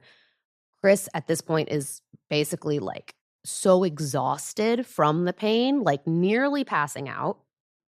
And I just like marched over to the guys on the boat, and I was like, you are going to I went full Karen. And I was like, you need to take us back. Like, I do not care what your boss says. I don't care, because they're like, oh, we can't get a hold of him. I was like, I don't give a fuck. You're going to figure it out. You're going to take us back. You're going to bring another boat back here for all the other passengers, because if something happens to, like, she's clearly not okay. It's not just a jellyfish sting. Like, fuck you. You're going to take us back, and we're going to get this taken care of, or I'm going to rip apart this company, and it's going to be your asses. And you could just see them getting a little like, they were like, okay, fine. They finally got the 5 of us on a boat going back, and they did the right thing. When we arrived, they had people from their company with, paperwork. There was a private van for us. They took us straight to the hospital. They covered all of Chris's hospital bills. I'm guessing in Thailand they probably weren't that expensive, but they did take care of us. And Chris had to spend the night in the hospital. And come to find out, Chris is very allergic to fish. Ooh. And not only are they very allergic to fish, but the kind of jellyfish that stung them was the singular kind of jellyfish that you should not pour vinegar on the sting. I don't remember exactly what kind, but there's like one jellyfish where you should not fuck with vinegar after. And it was that jellyfish. And we knew it was that jellyfish because of the way it looked and the region that we were in. And we were, we seriously considered, still taking some action after that, because we later learned it's very common for jellyfish to surface after it's rained. They'll come to the surface, and that area that we were at, that big rock, is like a really, really normal ground for jellyfish to like hang around, that type. And they came to the surface because of the rain that morning. Portuguese man of war. I think that was it. But vinegar can cause more venom to be released from the nemesis. Nomadic jellyfish also, or the box jellyfish. Wait, say the middle one? Nomadic jellyfish. No, I think it was the man of war. That's what it's called, the Portuguese man of war. Maybe it was a box jellyfish. That also but like, I just remember them saying man of war a lot. Box jellyfish can be found in warm coastal waters around the world, but most dangerous varieties are primarily found in Indo-Pacific region and northern Australia. So Indo-Pacific, would that be? Maybe Thailand? Indo-Pacific. Thailand, question mark? Portuguese man of war is a marine organism that lives in warm tropical and subtropical waters of the world's oceans. Box jellyfish coastal range. Okay. Yep. So the box jellyfish coastal range is, like you said, Australia. Yep. But Thailand is right smack dab in the middle right there. Yep. So that it must have been a box jellyfish. Funsies. Yeah. So after that, Chris was on a lot of pain medication. They prescribed pain medication at the hospital. And, we all just wanted to make sure. We all just wanted to make sure they were okay. And they were tired. They didn't want to go and do a whole lot. So unfortunately didn't actually get to see a lot on my trip to Thailand. It was very fun up until that point. And, we enjoyed hanging out with each other. And it was like a very formative, like bonding experience with that group. But I would definitely like to go back with some less drama. Yeah, makes sense that you would to not like watch one of your friends almost die. Yeah. I mean, fuck, like I can't even like it's, it's funny thinking about back now and like thinking about like how I was like, but I was terrified. The really interesting thing was like every single day leading up to that point, I remember, and this was before I was on medication, I remember like having this dread. I just knew something terrible was going to happen on this trip. I thought maybe it was going to be like because we were kind of there like during hurricane season, I think, or tsunami, something. There was like monsoon season, something like that. Like weather season in Thailand, and I just was getting like really, really uneasy feeling, and I just knew something really bad was going to happen, and having like panic attacks about it. And then when it happened, like I remember that entire day, like having deja vu about it, and just, that was like just the most disturbing feeling that I really felt like I knew something was going to go wrong, and just not knowing what it was, and it made the whole thing. And then when they were in the middle of it, just in that pain. And my brain going like, this is it. And then not knowing, like, I really thought they might die on this island with these men that are refusing to take us back to go to an actual hospital. That was really scary. Yeah, that would have been fucking horrible. Yeah. But we're good. It didn't happen, but fuck, man. Like in the middle of it, don't want to do that again. Yeah. It's not like worth repeating. Don't do it. No. Don't do it. No. So don't go in the ocean. It's their home. It's the fish's home.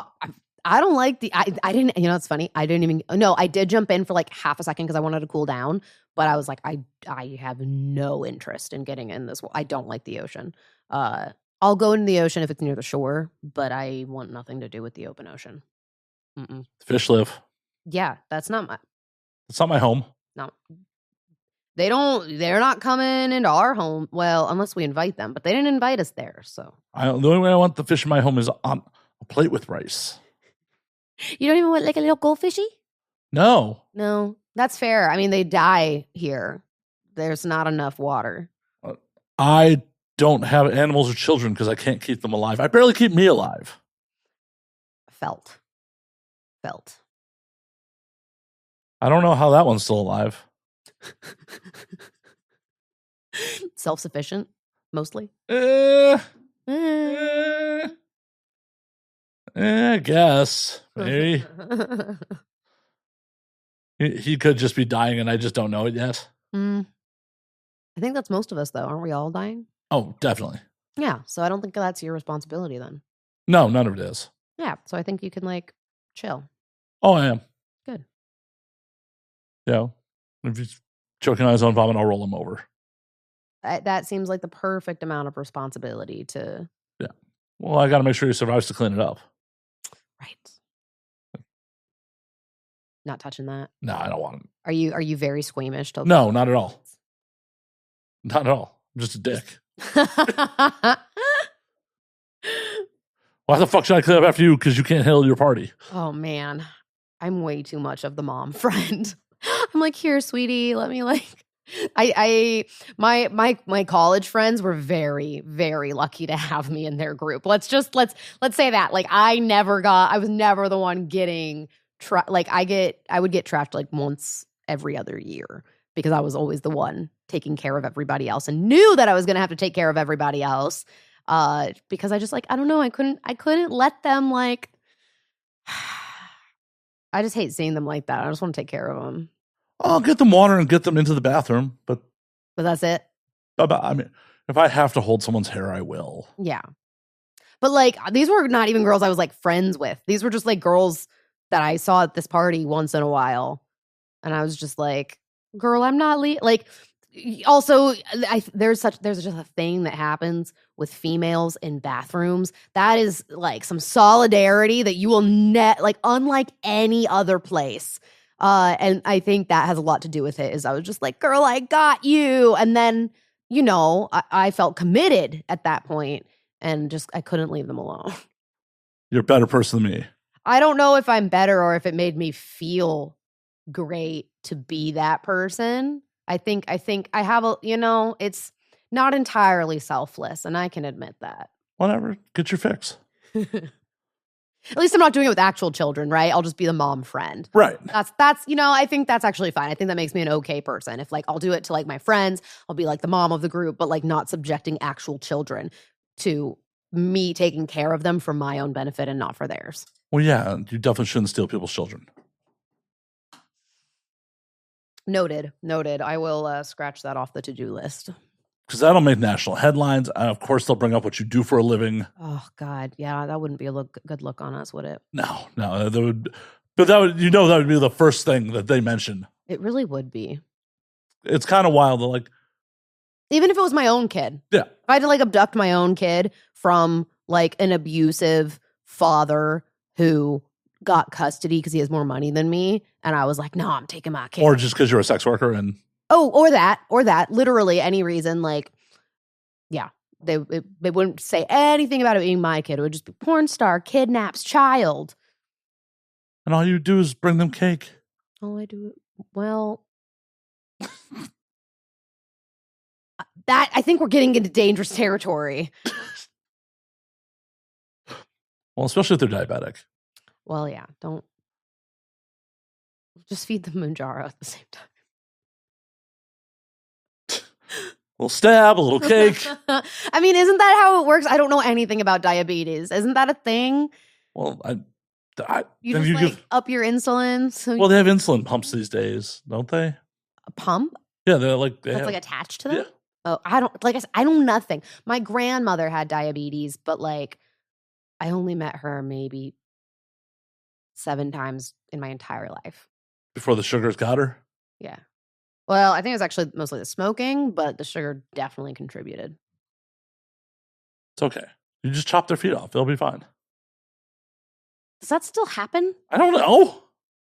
We should bring that would actually be really funny to have like a guest doctor on the show where we could like ask all of the like industry related questions, but then go off on tangents. Just have them debunk all my bad theories. Yeah. I think it'd be funny. It would be hilarious. For like National Doctors Day. Is that a thing? I'm sure there is like a National Chocolate Chip Cookie Day. I'm sure there's a National Doctors Day. Cookies are more important than doctors. Are they? Yes. How? Well, there's a lot more cookies than doctors in the world. I would say that makes doctors more important because they're more scarce. No, that makes them more valuable. It doesn't make them more important. Supply and demand. If there was more of a supply need for doctors, there'd be more doctors. There are many more cookies. I think there's an excess of cookies, which makes them completely invaluable. Or not invaluable actually means valuable. It devalues them because I think a lot of cookies go to waste. Cookies never go to waste.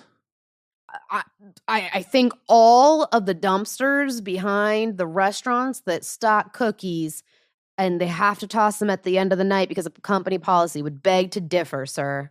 The homeless get them. Half of those places are like locked in like gates. Yeah, they're resourceful. Full on like fight clubbing to get into the cookies in the dumpster. Throwing a carpet over the barbed wire. No, they're like enclosed though. Yeah. I think the cookies get used. You think? Okay. I'll let you believe that. You can't dissuade me of my opinion on cookies. No, that's why You're just going to smile and not be like, okay, enough of this, Matt. Yes. No. I mean, we can talk about cookies if that's like what your heart desires. I just won't try to convince you. What makes you think my heart desires cookies? I mean, we have talked about cookies for like the last 5 minutes. It has not been 5 minutes. Has it not? It might have been. I'm just saying cookies are more valuable than doctors. Cookies have brought me much more joy in life than doctors ever have. Hold on. You just went, like, you completely just said the opposite of what you said earlier. You said doctors are more valuable than cookies. No. Cookies are more important than doctors. And then you just said that cookies are more valuable than doctors. Make up your mind, Matt. Could be both. You're right. It can be both. This is a nuanced conversation. It is. That's fair. Oh. My therapist says I need to my therapist says that a lot. Like, it can be both. And I hate it when he says that. Alison, I'm not your therapist. Don't worry. Though I will commit some light insurance fraud if you'll let me. Start building your insurance. That'd be actually really funny. Till I get arrested. I wish there were more funny bits you could do and like. Wow, ouch. No. I mean, like legally, no. Sorry. More funny bits that just people in general could do, like light insurance fraud, like the opposite of the, never mind, I'm going to redirect. Like, I wish people could just be white-collar criminals. It'd be funny if there was like a harmless way to do that. That's like, you could be, as long as you had the right paperwork and you were like, it's for funsies. And then you wouldn't, like there'd be a limit on how much you could do. There's things that would be so funny to like do and just like see how long you could do it for before somebody questioned it, but without getting, without going to jail, without like having to pay a fine for it, Well, like a little bit of crime. I'm gonna invent podcast therapy. I'm just gonna build people's insurance for the podcast. Be like, these are therapy sessions. Honestly, I think you could get away with it. I think you might have to get some kind of license, but I feel like you could absolutely. Well, I just have to have someone whose license is attached to the practice. True. That's very, yeah. As long as they're the one billing. How would you conduct your therapy sessions? Would it be exactly the same? Oh yeah, it would be just this. With alcohol too? Yeah, it's therapeutic. I feel like you'd have to have a separate show. Probably. Like built on, like it starts, like it's all under the same. The Matt Slayer Therapy Hour? Mm-hmm. Yeah. Solve all your problems. You just keep pouring shots. Like they're talking about things and you're like, okay, my next prescription is, and you just give them different shots until you find the right. Oh, I thought the shots were going in me till the advice got horrible. That would also be very funny. But also therapy is not about giving advice. Well, I know. I've done some of it. Okay. So if you can't have a therapy, so are you wanting to give advice on your therapy show or do therapy? Or are they giving you therapy? Oh, Jesus. Well, how am I going to get paid if they're the ones giving therapy? I guess it would have to be like a dual thing. It'd have to be back and forth, which is then probably essentially what we're already doing. And then it's the same show. Yeah. It's just the rebranding for insurance purposes. I don't know. I think you should try it. Alison just wants to see me in jail. Would you put some ramen on my books when I go to jail? Absolutely. Oh, you're a good friend. See, this is what I'm saying. I just like little crime. Like, why can't we just have not purge crime, but like a little crime for the bit? Like small chaos. I like small chaos. I don't know. The purge would definitely bring down rent prices. Would it? Yeah. Because there's less people? Yep. More available housing. Do you think, all right, real talk, if the purge was a thing, you think people would really kill people? Oh, yes. Really? Oh, 100%. Why? Why do you think that? I don't think it would be as indiscriminate as like the purge movies are. Mm-hmm. Oh, but 100%. Not like for sport, not like how people go hunting. I mean, there would definitely be some crazy people who do that. Sure. But I feel like they'd go do it like in like rural, they wouldn't be doing it in cities where like, I guess there's a lot of people in cities. But 100% people would be taking out people that they have grievances with in their life. In all honesty, as fucked up as it is, the amount of domestic violence that would happen on Purge night. That's true. I guess I think more about like it just being indiscriminate, like the movie. I'm like, that's not realistic, but you're right. People would definitely go after people in their personal lives that they're having issues with. Well, yeah, most murders are committed by someone the victim knows. Yeah. Yeah, it would be bad. It would be really fucking bad. It probably wouldn't accomplish very much. Oh, there is a. Oh, yeah, that. Ugh. Good luck. I've been informed that instead of talking about the domestic violence purge, that I should be drinking the Malort's Giving. This bottle was sent to us from the distillery last year for what was supposed to be Thanksgiving material last year. Oh, but you just didn't. It didn't show up till January. Oh. This is a limited edition. Oh, damn. And it's been aged an extra year. Yeah. Look at all I don't know how I feel about that with the particles. All the particulates in it. Particulates. Oh, yeah. So for the uninitiated, Malort's Giving has turkey, cranberry, and sage in it. I've never tasted this. Okay. Sure you don't want a little try? I will smell it, but no, I'm a vegetarian. I will absolutely not be drinking something with turkey in it. I think it's turkey bouillon. I'm not sure it's actual turkey. There are particles in it. I don't trust it. Like turkey dandruff. No, but I will smell it. All right. Well, if I can open it. Hand it to you for the smell test first. Are you sure you want to see my face? Yes. All right. The world wants to see your face, Alison. Yeah. That is 100% like I see a bit. That looks like tissue. That is. I do not like it. Oh. It tastes like taste. You she can taste the smell. Yeah. Yes. Yeah, I was just gonna say when you know how like you smell something, you're like, you know exactly what it tastes like. It smells like rubbing alcohol. Wow, we'll see what it tastes like. It'd be funny if it was like a total prank. I mean, you can't drink rubbing alcohol, can you? No. I don't know. I'm not a science girl. Why can we drink regular alcohol but not rubbing alcohol? I know the answer to this, but I have to Google it. Okay. Is it because of the... No, it's the type of alcohol. Oh. What happens if you drink rubbing alcohol? You die, probably. Like bleach.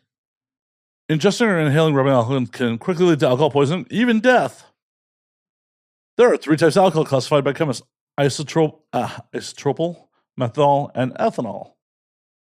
Most types of rubbing alcohol are made of isopropyl. Yep. A concentrate of 68 to 99% alcohol in water. It's colorless, tastes horrible, and smells like fingernail polish remover. Mm-hmm. And can be found in antiseptic hand sanitizer, antifreeze, household cleaners, paint thinner, personal care products. Oh, yeah, all the shit you definitely should not ingest. Okay. It's nicknamed a surgical spirit in the United Kingdom. Uh-oh. A what? They call it a surgical spirit. In order to make the substance unpleasant to drink, isopropyl alcohol is spliced with chemicals in a laboratory to give it a bitter taste. When it comes to drinking rubbing alcohol, the digestive tract suffers the most even when only swallowing a small amount. The body metabolizes this extremely high alcohol level into acetone. Consumed to intoxication, the substance can lead to organ damage. Because it's a central nervous system depressant, side effects include dizziness, headaches, and inebriation. Because it's a gastrointestinal irritant, it can cause nausea, abdominal pain, vomiting, blood. And due to having a higher molecular weight than ethanol, isopropyl is also more intoxicating than ethanol and can produce an altered sensorium, hypertension, hypothermia. Oh, God. Yeah. It's bad. Yeah, don't do it. Don't do it. Cheers. Cheers. Good luck. I hope it's not the isopropyl kind because it smelled like it. That's odd. I feel like I need to smell it again because I like. Does it smell like or did it taste like rubbing alcohol? Because it smelled like it, and I wonder if I just didn't get a good enough whiff. No, it doesn't taste like rubbing alcohol, but it tastes very malorty, and like the other flavors don't really come through. I literally can only smell rubbing alcohol. I smell nothing else. Nothing on top of it. Yeah. Well, this is a $150 bottle of Malort. Not sure this was worth it. The pumpkin was better than this. It really didn't come through. Like the cranberry didn't come through at all. See, when you said sage, the cranberry and sage, that's where I was a little bit intrigued. If it didn't have turkey in it, I probably would have tried it, even if it still smelled that way. But I mean, we can give you classic Malort. No. Only because it was in the spirit of Thanksgiving, but no. Fine. Yeah.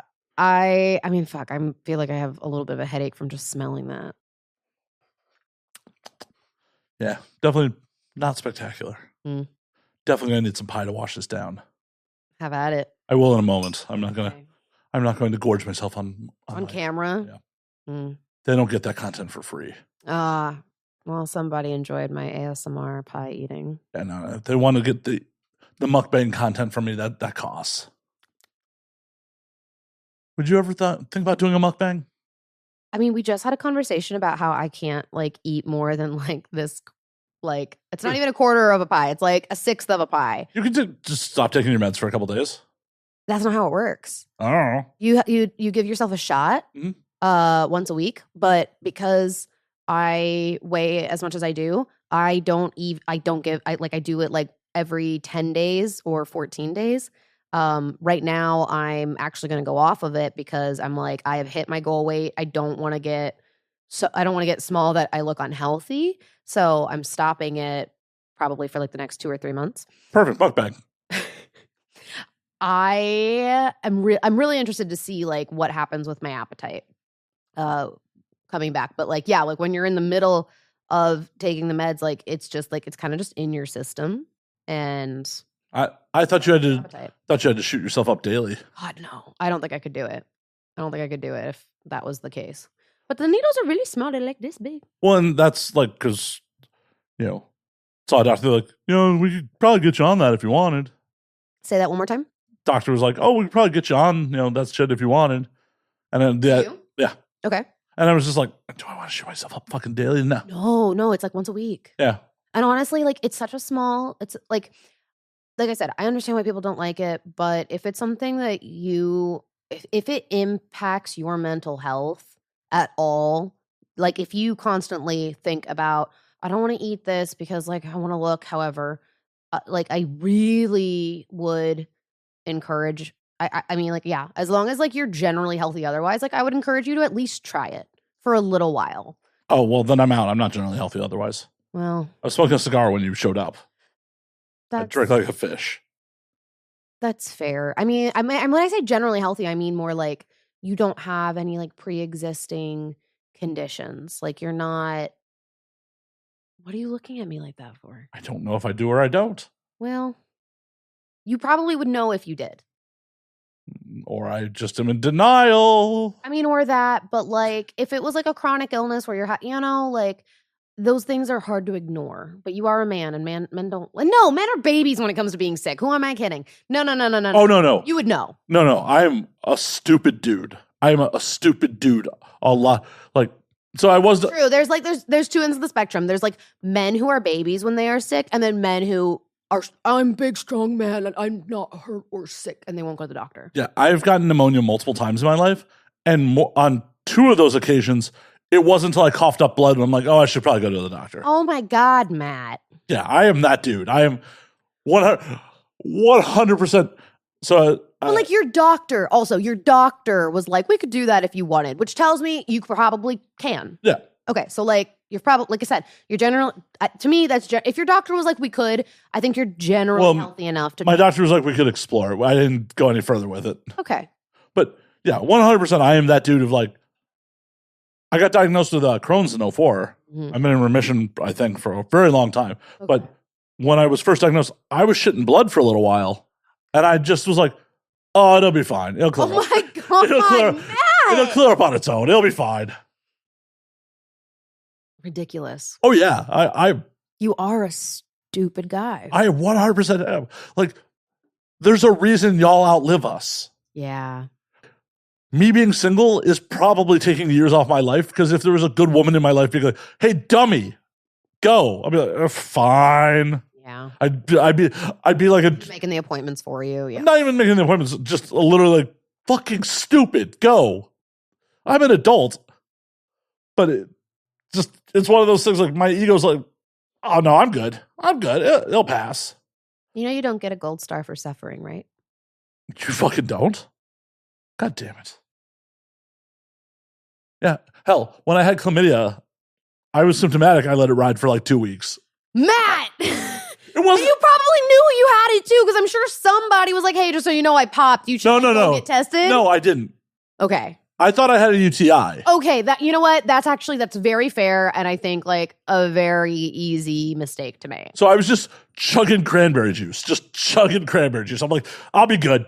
Because I was symptomatic, but it wasn't like the symptoms that I thought it was. Like, I didn't have any discharge or anything. I had to piss a lot, and it was uncomfortable to pee. Yeah, that sounds exactly like a UTI. I totally understand why you would have thought that. And I just kept chugging cranberry juice. And then, like, after it didn't clear up for fucking weeks, you were like, all right, I gotta go get this checked out. Yeah, I'm gonna I give myself like 2 days of dealing with a UTI with like azo, and then I'll call I say my doctor. I'm like, no, he's my fan friend who is a doctor. And then he'll send a prescription to my pharmacy. Well, the fucked part was I was going on vacation during this, and I'm like, I don't want to start antibiotics on vacation. Why? Drinking. You can drink on antibiotics? You're not supposed to. Okay, so I dated a pharmacy tech, and let me tell you about antibiotics and alcohol. I am not a doctor. Don't take this advice. This is only for Matthew. It'd be really funny if you just like muted the rest of this. So only you're just talking, it's just no sound. Honestly, I kind of like that idea. So I dated a pharmacy tech, and he was very much like you. He was like, I don't remember what the situation was, but he was like, I want to drink, so I'm not going to start these antibiotics. And his pharmacist was like, no, it's fine. You should take the antibiotics. And he was like, well, I thought you weren't supposed to. And he was like, I mean, it's not ideal, but like the antibiotics will still work just fine. He was like, then why do they say not to? And it's just like my SSRIs. You're not supposed to drink on SSRIs. It's processed through your liver. So it actually just makes it so that the alcohol stays in your system longer. Well, yeah, that would have killed me. I was in Spain for a wedding, and I was drinking fucking heavy the whole time. Okay. Well, also, but that's the thing. Like, if you know that it's going to happen, like, you're also going to, you're going to feel it. So in a way that, like, I feel way more drunk now because of my SSRIs, and then way more drunk now because of, like, my dehydration, the lack of food in my stomach. Like, it's going to hit you harder, and you're probably not going to drink as much because you're like, whoa, I'm feeling it. I got so drunk at that wedding that I slept on a pool table. I can't help you there. No one could. The point being, though, that like you absolutely can drink on antibiotics, but you need to be aware of what is happening to your body and just be careful. Well, unfortunately, since I kind of know I have a tolerance, and I kind of treat it like I have a tolerance, and then sometimes when variables change, you don't remember. You're just like, I have the tolerance. I'm fine. Yeah. Hell, a week and a half ago, did a day episode. Not a particularly heavy breakfast before we started drinking. I drank so much I ended up sleeping on the floor after the podcast. I mean, that's just what happens when you day drink, though. That's normal. Yeah, this is like, I was drunk. Like, literally, after the guest left, I sat down in the chair.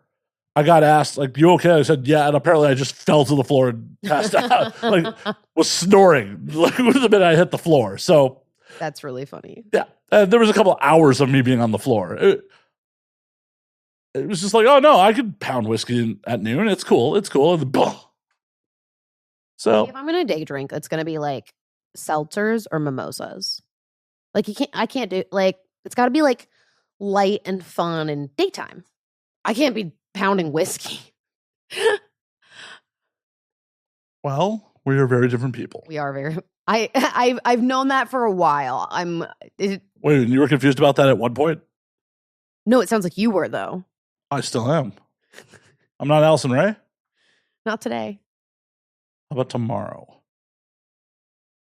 I mean, you could go and get fucked by some dude and, you know, get a paycheck.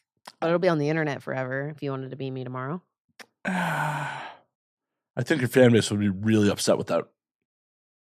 I mean, I think they would just think it was mislabeled. Like, they'd be like, how'd that get in there? Why am I so hard from this? I just usurp your whole fan base. No. I think I would be very bad at being fucked. Have you ever taken it in the butt? Nope. Never? Nope. I have digestive problems. I get very uncomfortable. That's totally fucking fair. Then you know what? You might not want to try Ozempic or Mounjaro or any of those because that is a side effect that I haven't had it that bad, but I know some people get some like really bad gastrointestinal side effects. So if you already have problems, I don't know that I would. Like how bad? Did you miss the story where I was shitting blood for a while and just went, I'll figure it out? That's true. I mean, everyone's different. Like it increases with you increasing your dose. So like me, I've stayed on the lowest dose. I probably will never go to a higher dose because I don't need it. But depending on, it's called me fat. It's not. I don't. Like maximum dose for you, Matt. It'll tear up your guts. That's not what I said. It was implied. No. So the way that the dosage works actually is it increases the insulin production, obviously, but it also it's a GLP-1 inhibitor, and your GLP-1. I'm still learning a lot about it, but basically, your natural process for feeling full is a hormone called leptin, and when you are not consuming enough foods with like fiber and like real nutrients, your body cannot produce enough leptin.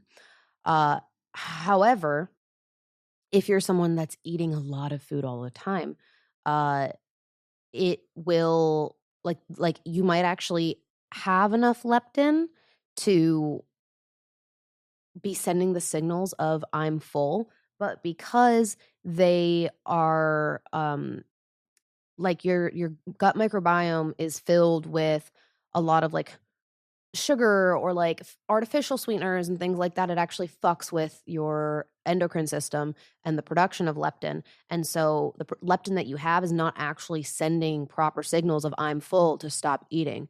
So Ozempic doesn't do it. Mounjaro does. Bypasses the need for leptin.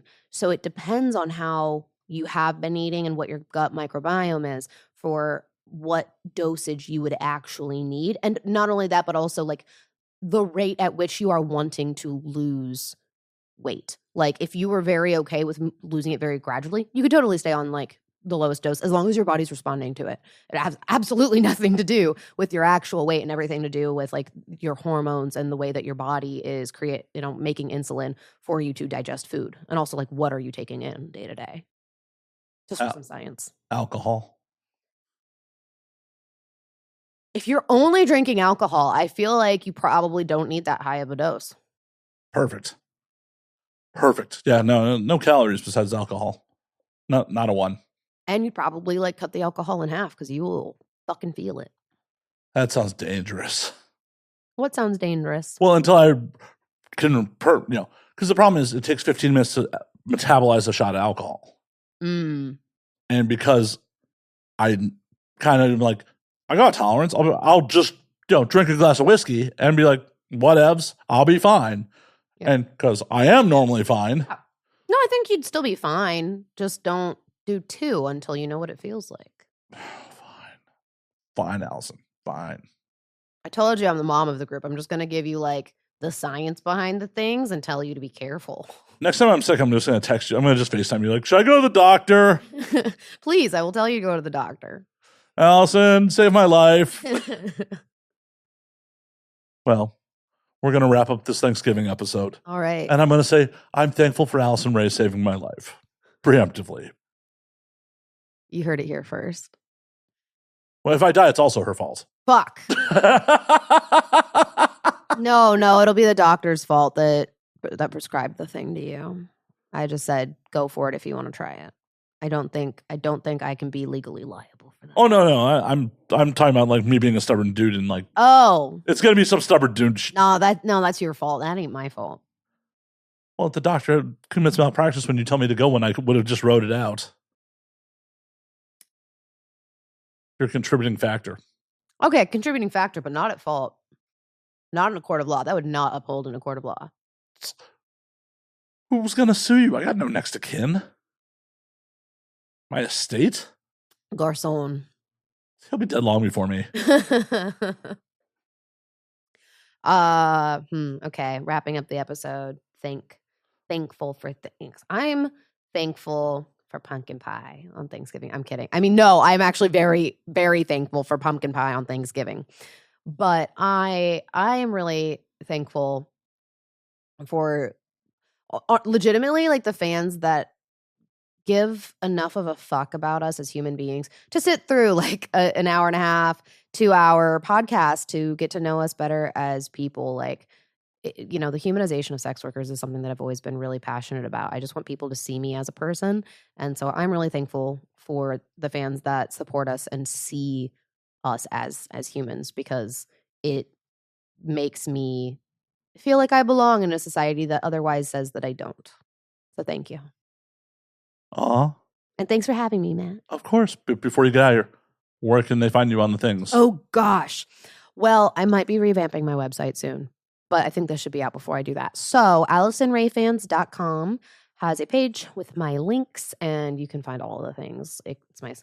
Actually, I don't know if my socials are on there, but my socials are definitely like linked in the little corner with all the little icons, because at this point, everything's a different username because you get banned and then you have to make a new one and then you have all different usernames.